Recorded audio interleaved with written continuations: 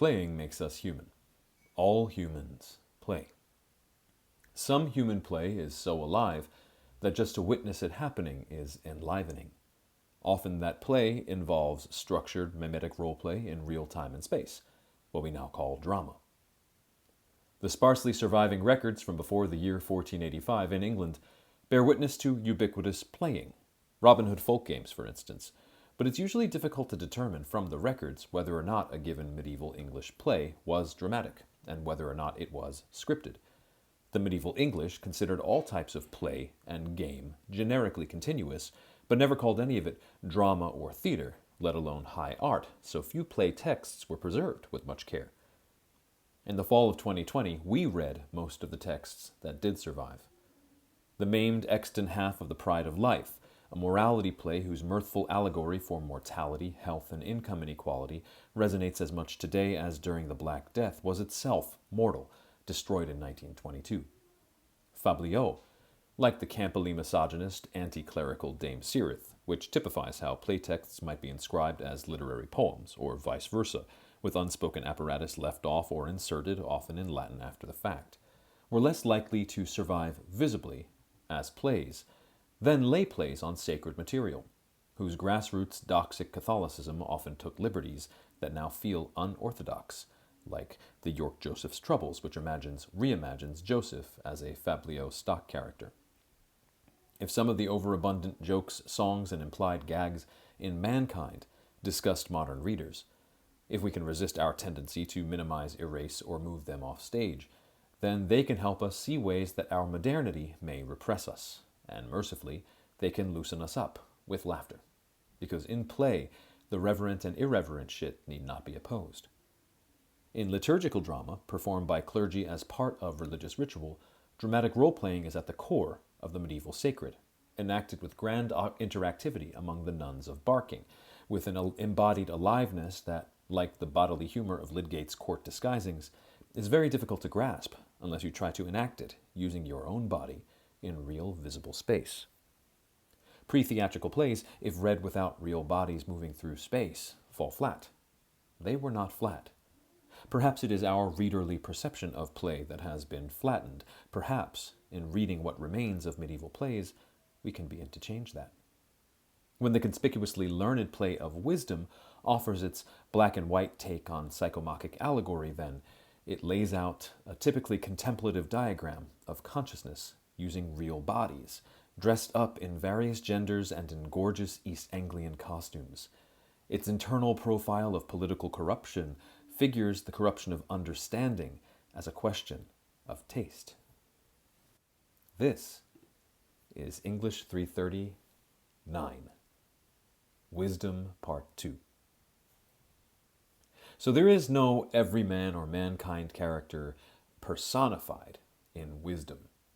Every character but Lucifer is, as you surely just witnessed, a component part of the consciousness being fought for in this psychomachia. But did you notice the clues as to what the owner of that consciousness does for a living? When things go awry, and this is at line 832 and what follows, Will, now known as Lechery, wants to sleep with a married woman, my cousin, Janet N. Probably not his real cousin, but who knows. Notice they put in an N here, perhaps to allow performers to throw in a family name well known to the spectators at any particular showing. My cousin Janet Sergi. Mind, or maintenance or collusion at this point, promises to intimidate the husband verbally and physically until he just lets the adultery slide. But then understanding, now perjury, or I like to just call him corruption, promises a better way. He says, arrest him first for fighting, then in another shire, indict him, then get him in the Knight Marshal's court, and then in the Admiralty, and produce a writ of praemunere facias. That's a very precise legal term here, though as Klausner points out, it's misspelled, as he points out in his note. It's a very bureaucratic legal move that understanding suggests. According to Klausner, this kind of writ requires the sheriff to summon someone to court who is accused of pursuing a suit in a foreign country which should be pursued in an English court. This sounds to me kind of like the minor technical offense you tag on someone unfairly in order to get them into the system.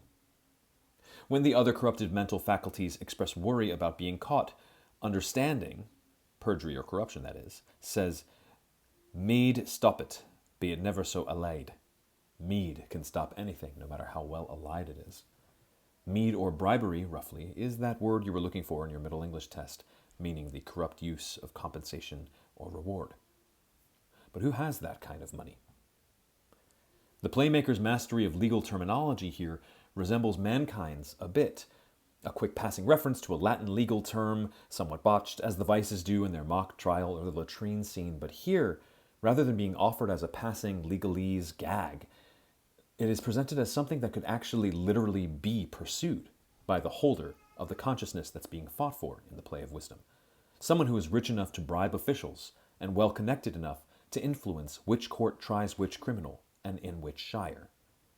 So the consciousness being allegorized here in wisdom is not that of a farmer like in mankind, nor is it like in pride that of a king. It seems to me to be a lawyer or a high bureaucrat or someone else that is a political official involved in the politics of the courts. We have records of performance being paid for at the Inns of Court, the legal centers of London. My guess is that wisdom envisions such an indoor performance. The performance seems to be being done for, by, and of the wealthy and well-connected, as well as for the members of their household, which would include the staff, as with Paston's hiring, you remember Paston, of a horsekeeper to play Robin Hood and St. George, as well as the family of these wealthy, well-connected people, like the scattered references in the stage directions to the children and wisdom present among the performers and spectators in wisdom. Remember then how much more plainly learned and educated the content of wisdom is, and how sustained its use of learned contemplative material is in comparison to other plays we've read. Remember then how much more plainly learned and educated wisdom is, and how sustained its use of learned contemplative material is in comparison to other plays. And then, of course, there are those costumes. The cues for costume design would be lavish even for a modern Broadway budget, the way they're written in Wisdom. That opening stage direction in Wisdom for Wisdom's entrance alone calls for gold, precious stones, ermine fur in the lining and on the outside, purple cloth, which would have required very expensive dye.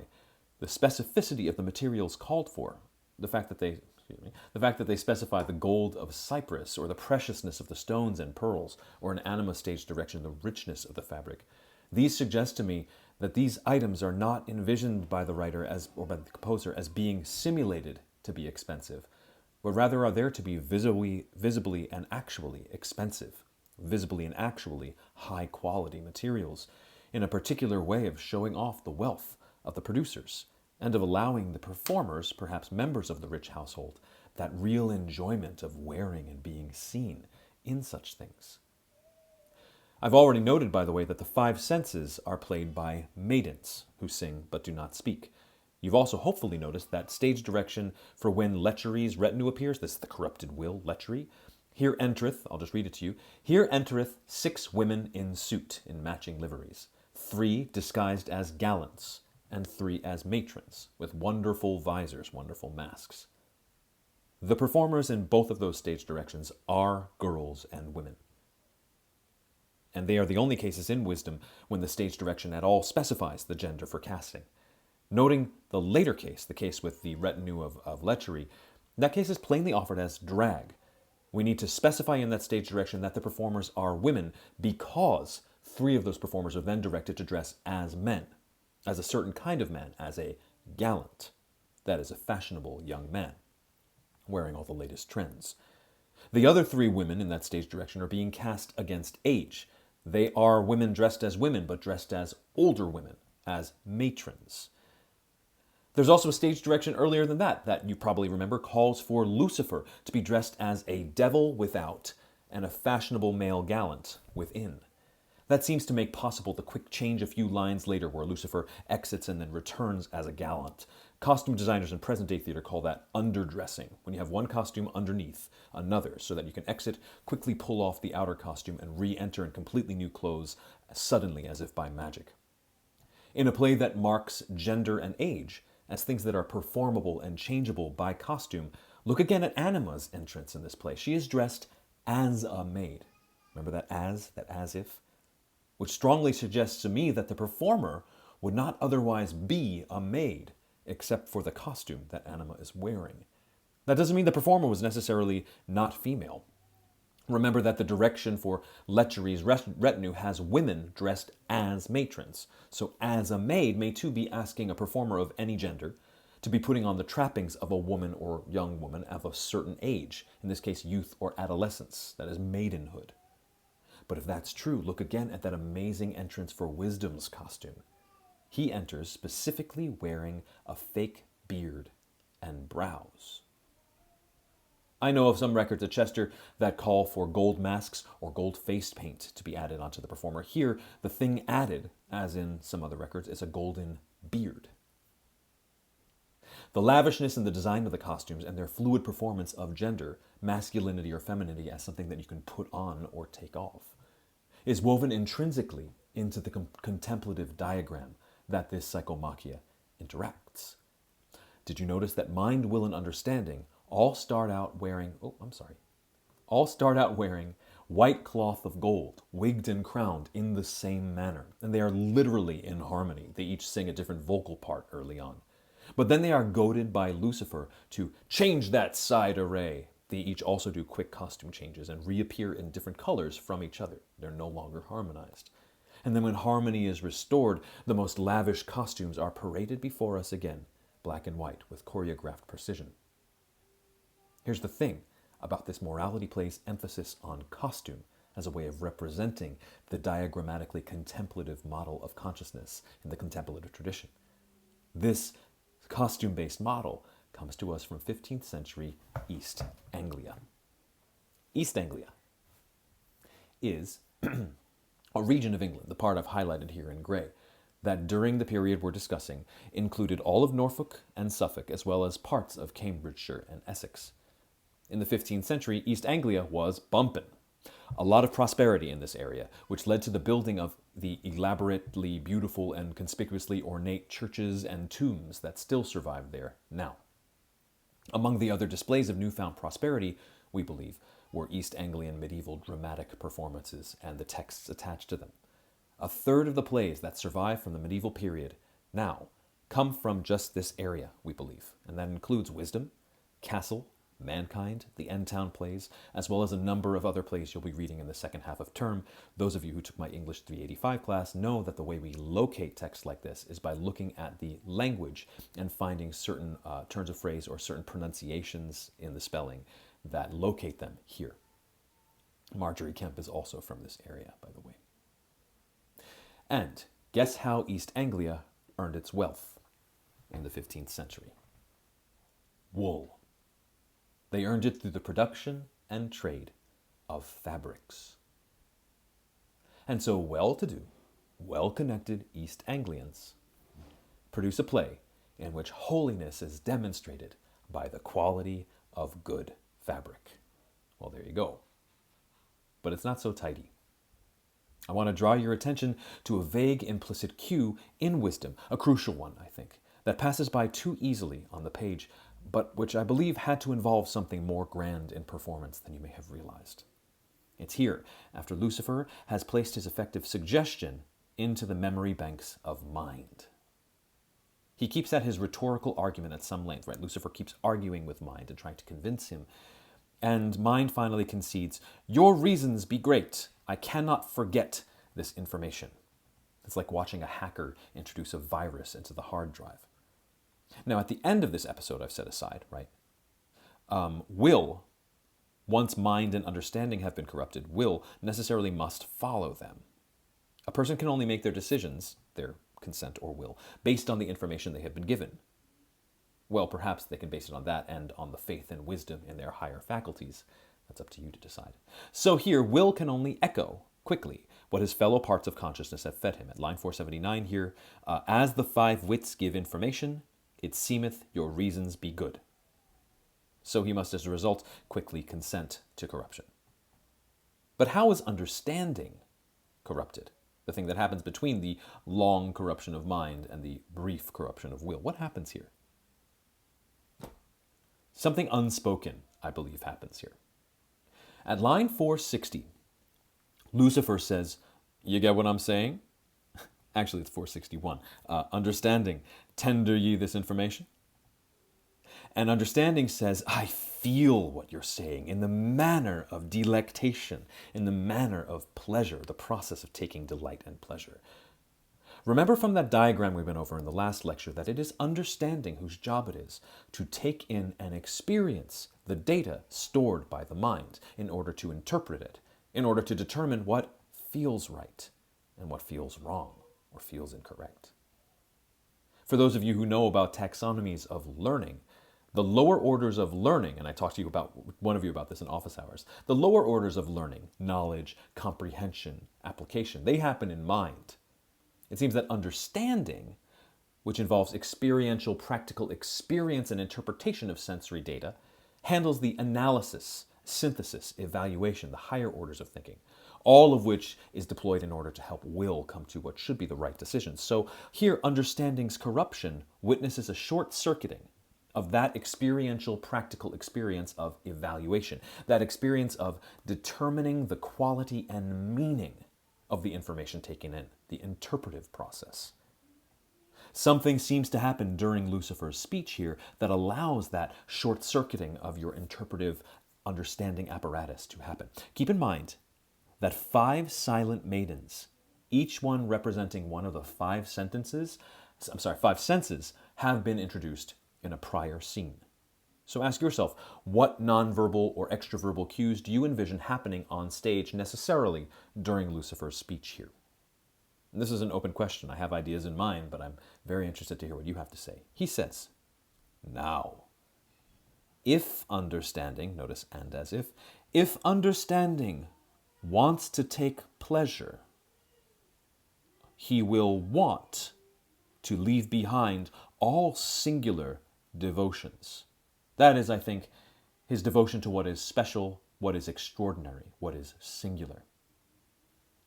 Your 5 wits, your 5 senses, let them spread abroad. See how comely to man is precious weed, precious clothing.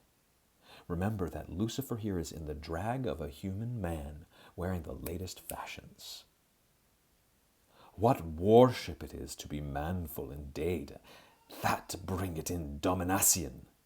Remember that dressing as a gallant, as Lucifer is marked in Lechery's dance later on when women dress as gallants, and also by the character New Guys in Mankind, who's also dressed as a gallant, as a trendy, vapid, and basic way of performing your masculinity. In contrast to, say, the timeless and relatively gender fluid clothes and pronouns of wisdom's and anima's love. He continues, of the simple, what profit it to take heed? What profits it you to take heed of the simple? Notice that Lucifer is cajoling understanding away from the singular and the simple. Behold, how riches destroy it need. And he's doing his cajoling with a conspicuously trendy display of buying power as domination in wearing his gallant clothes. Taking delight in such clothes, Lucifer says, it maketh man fair, him well for to fade. He's replacing what should be good nourishment with a different kind of nourishment that makes him fair, that makes him pretty. And then he adds, and of lust and liking cometh generation. There's a devil wearing the false clothes of a gallant himself, who is figuring a kind of delight that you take in showy clothes as an eroticized, sexualized taking of delight in the wrong thing, something that short-circuits your ability to interpret. Taking delight in something that is like Lucifer's clothes, outwardly showy, but devilish underneath. Or, in practical terms, vice versa, since that's what makes the quick change possible. I'm guessing here, and maybe you'll go with me on this, maybe not. I'm guessing here that those silent women dancers, who specifically represent the 5 senses, the means of sensory input, are interacting with one or both of the other performers, the performer playing Lucifer or the performer playing understanding, in some way here. It's hard not to read the line, when he starts his seduction, "Your 5 wits abroad let spread, let your 5 senses spread abroad," as a cue for those 5 dancers. It's hard not to imagine them interacting with the rich clothing, likely the rich clothing on Lucifer, who's dressed as a gallant, right? Lucifer's wearing the clothes he's talking about in an erotic enough way that becomes that the delight, the bad delight, becomes describable here as sexual, even to the point of producing generation. It's lust and liking that is so much that it produces impregnation through sex. Suddenly understanding tenders this information about the delight taken in the wrong things, and he is just like that, thoroughly corrupted. That is how, according to our diagram from last time, our processing, evaluating consciousness can be short-circuited, right? That's the part in the middle. Understanding gets turned by, actually I should move us to here, the corrupting one. Understanding gets turned by bad delight, right? Through delight in something only superficially delightful that is rotten at the core. It is, I would argue, a matter of aesthetic taste. My students have often perceived some hypocrisy here, and perhaps rightly. The play's design has obsessively represented, right, diagrammatically represented holiness using these lavish, rich costumes. Wisdom is literally wearing a golden beard, fur, purple, holding golden props, decked out in precious and perhaps real stones on a crown. He is in this erotic kind of performative love with Anima, who's also wearing rich clothes. She's got gold thread woven through her white garment, tassels of gold, and so forth. How can that play present as fundamentally corrupting the idea of taking eroticized delight in the apparent power of rich, impressive clothing? It took me a while to think through what might be going on here, especially in relation to the understood implicit cue here. Remember, playmakers usually wrote, I'm going to quote Symes here, playmakers usually wrote for an in-crowd who had a vision already in mind for what staging looked like. You see, there's got to be a difference between lavish clothing and showy clothing. There's got to be a difference aesthetically between rich, lavish, and showy. The East Anglian wool-making elite certainly had a taste for lavish displays of their wealth, conspicuously lavish, especially realized in religious art. We still see evidence today of it in their churches and tombs, as well as in records of the remarkably performative funerals that they produced for their highest-ranking members of society. Gail Gibson's landmark book on East Anglian performance, it's called The Theatre of Devotion, is all about this stuff. It's a really good book.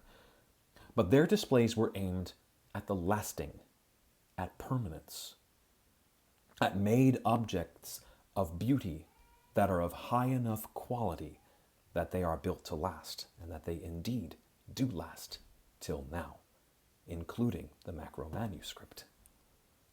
Imagine a community of households built on the earnings that they got from wool and fabric. These people know how to spot the difference between fast fashion and objects of sartorial beauty. My own grandfather actually made his wealth in clothing manufacture. I remember well the disdain he had when he was looking at the trendy Gap clothes that I insisted, the Gap was the new thing, sorry, that I insisted on wearing as a teenager. He looked at me and he said, "The stitching is messy. This is built to fall apart."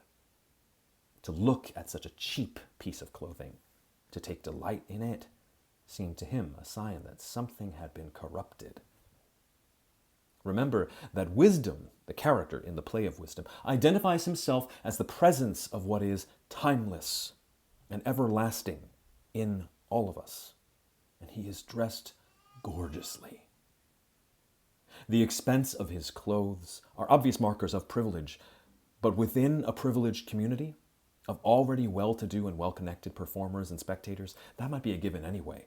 But that community here presents its morality as concerned with political corruption, with what might lead them in their well-connectedness to make immoral decisions with respect to those less well-connected and less powerful than they are. And one of the engines of that kind of corruption in this play seems to me a question of taste, of being offered the contact with timeless, gorgeous, deeply valuable, and exquisitely made crafts and art, but being enticed instead, seduced, really, by trendiness, by posturing, by cheapness.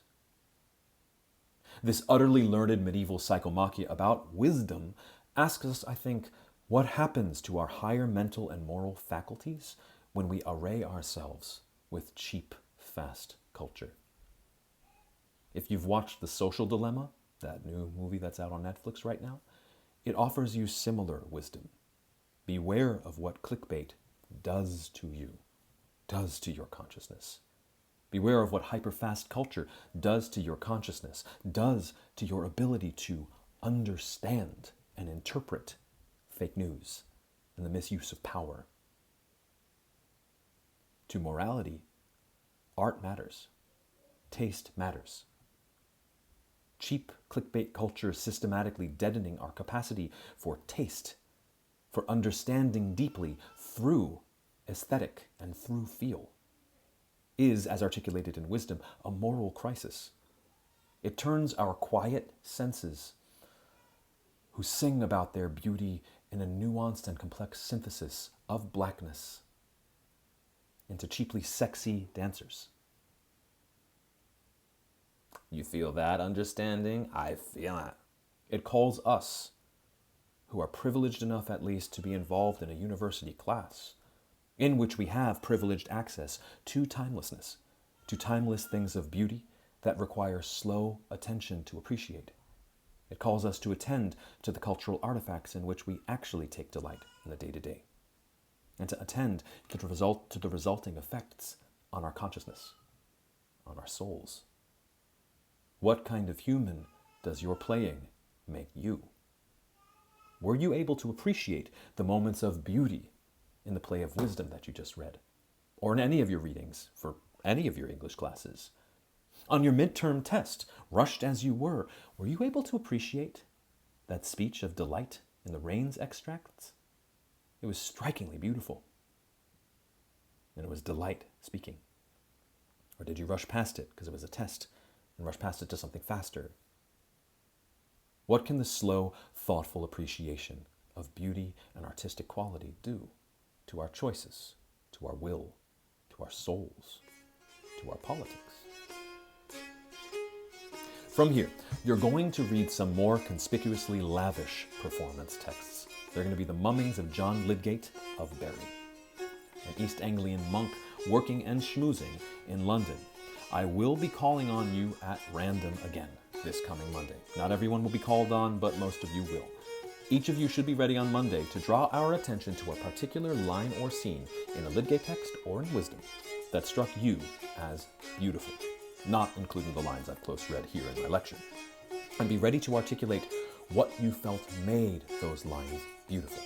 Again, time yourself so that you can communicate it under 60 seconds.